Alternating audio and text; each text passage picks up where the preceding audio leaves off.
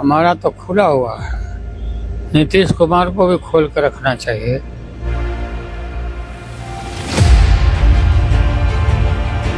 हाँ, रख लेंगे। सारी गलती आप माफ कर देंगे? माफ कर देंगे। माफ करना ही हमारा फर्ज है। नमस्कार, स्वागत है आपका। आप देख रहे हैं एशियन स्काई न्यूज और मैं हूं आपके साथ बॉबी मिश्रा।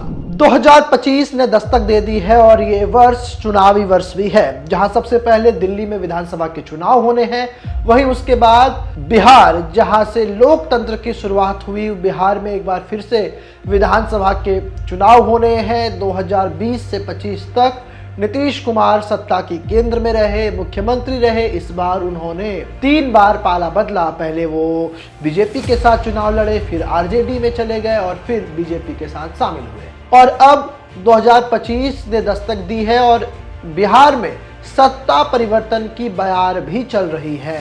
सियासी पंडित बता रहे हैं कि बिहार विधानसभा चुनाव से पहले नीतीश कुमार एक बार फिर से पलटी मार सकते हैं और इसके पीछे वजह दी जा रही है कि लोकसभा में केंद्रीय गृह मंत्री अमित शाह ने जो बयान बाबा साहेब डॉक्टर भीमराव अंबेडकर को लेकर के दिया था कि आप दिन रात अंबेडकर अंबेडकर अंबेडकर करते रहते हैं, इतना नाम भगवान का लेते तो 7 जन्मों का तक स्वर्ग मिलता। इससे नीतीश कुमार बेहद असहज हुए क्योंकि उनकी जो राजनीति है दलितों की है, पिछड़ों की है, अकलियतों की है और पूरा विपक्ष एक साथ इसके विरोध में उतर आया और उसके बाद शुरू हुई नीतीश कुमार की प्रगति यात्रा। लेकिन इस बीच पूर्व प्रधानमंत्री मनमोहन सिंह की मौत के कारण राष्ट्रीय शोक हुआ तो नीतीश कुमार दिल्ली पहुंचे और दिल्ली में उन्होंने प्रधानमंत्री रहे मनमोहन सिंह के परिवारजनों से मुलाकात की और कार्यक्रम यह भी था कि वो प्रधानमंत्री नरेंद्र मोदी, केंद्रीय गृह मंत्री अमित शाह और बीजेपी अध्यक्ष जेपी नड्डा से मुलाकात कर सकते हैं। लेकिन वो बिना किसी नेताओं से मिले बीजेपी के, वो सीधे पटना आ गए और पटना में वो राज्यपाल, जो नवनियुक्त राज्यपाल हैं मोहम्मद आरिफ, उनसे मुलाकात करने के लिए पहुंचे और कुछ बयान नहीं दिया। मीडिया ने उन्हें रोकने की कोशिश की तो नीतीश कुमार हाथ हिलाते हुए आगे बढ़ गए। अब हम ऐसा इसलिए भी कह रहे हैं कि सत्ता परिवर्तन की लहर क्यों है या क्यों एक बार फिर से नीतीश कुमार पाला बदल सकते हैं।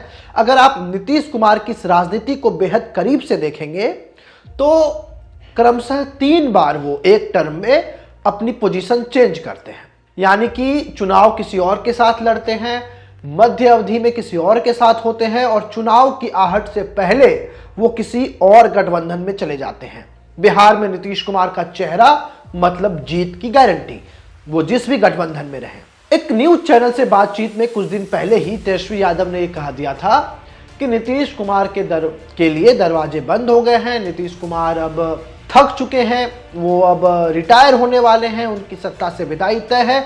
लेकिन आज जो ताजा बयान आया है उसमें नीतीश कुमार के पुराने दोस्त और उनके संघर्ष के साथी बिहार के पूर्व मुख्यमंत्री लालू प्रसाद यादव ने कह दिया है कि नीतीश जी के लिए मेरा दरवाजा खुला हुआ है, नीतीश जी आए, सरकार बनाए, अब किसी तरह का कोई गला शिकवा नहीं है, मैं तो माफ करना जानता हूं।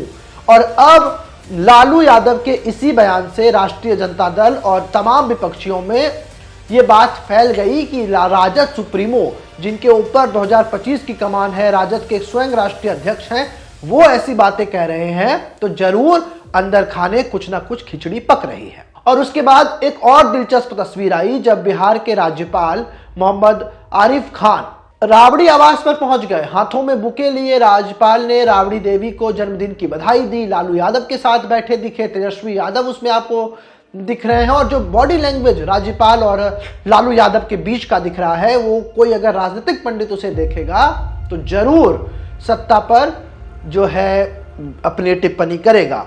राज्यपाल बैठे हैं, उनके बगल में लालू प्रसाद यादव बैठे हैं, थोड़ी दूर पर राबड़ी देवी बैठी हैं, अगले साइड में तेजस्वी यादव बैठे हैं और राज्यपाल लालू यादव की पीठ पर हाथ थपथपा रहे हैं। तो सत्ता में और राजनीति में हर तस्वीर की कोई ना कोई वैल्यू होती है और तस्वीर अपने आप में सब कुछ बयां कर जाती है। तो क्या लालू प्रसाद यादव के इस बयान से सत्ता परिवर्तन की जो लहर है वो आगे चल जाएगी?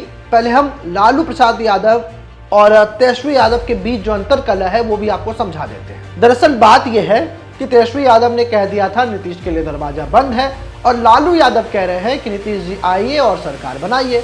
अब ऐसे में नीतीश कुमार भी सोच में पड़ रहे हैं, और तेजस्वी यादव हमेशा से कह रहे हैं कि 2025 और चाचा फिनिश, ऐसी बातें तेजस्वी यादव कह रहे हैं। तब देखने वाली बात होगी कि जैसे जैसे ये साल बढ़ेगा, मकर संक्रांति आएगी, और मकर संक्रांति पर याद कीजिए हर बार नीतीश कुमार लालू यादव से मिलने के लिए पहुंचते हैं। क्या इस बार भी दोनों नेताओं की मुलाकात होगी? सिर्फ मुलाकात होगी या कुछ बात भी होगी, या सिर्फ बात ही होगी, या इसका बिहार की राजनीति पर कुछ असर देखने को मिलेगा? ये भी देखना दिलचस्प होगा। तो फिलहाल मुझे दीजिए इजाजत, और ऐसे तमाम खबरों के लिए आप हमारे साथ बने रहें। हमारे YouTube चैनल को सब्सक्राइब जरूर करें।